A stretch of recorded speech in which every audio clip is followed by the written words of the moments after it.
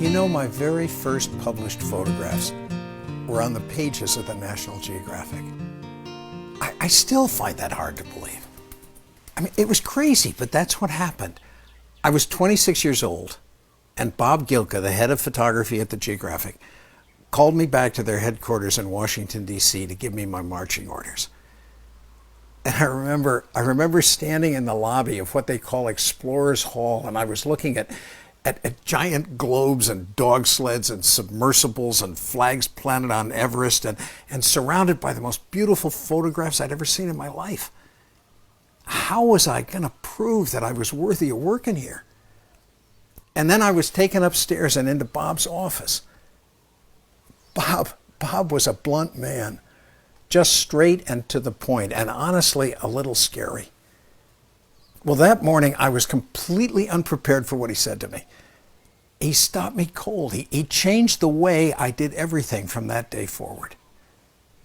He looked at me from over his desk and he said, "You know, Dewitt, the people who photograph for this magazine are the best in the world. You don't have to prove yourself."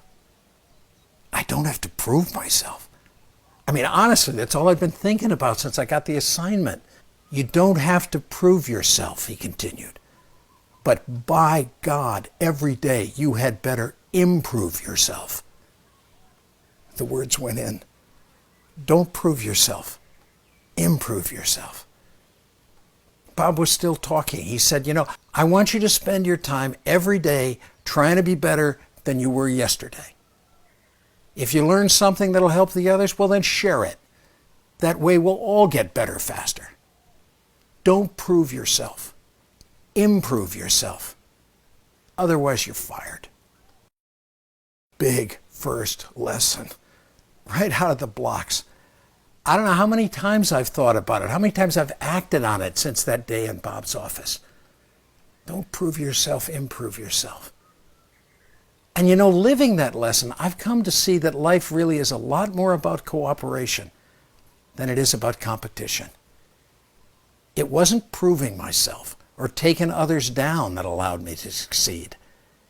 It was simply, consciously, continuously improving myself, refining my skills, honing my wisdom, focusing my vision. Ultimately, the only person I was trying to surpass was me.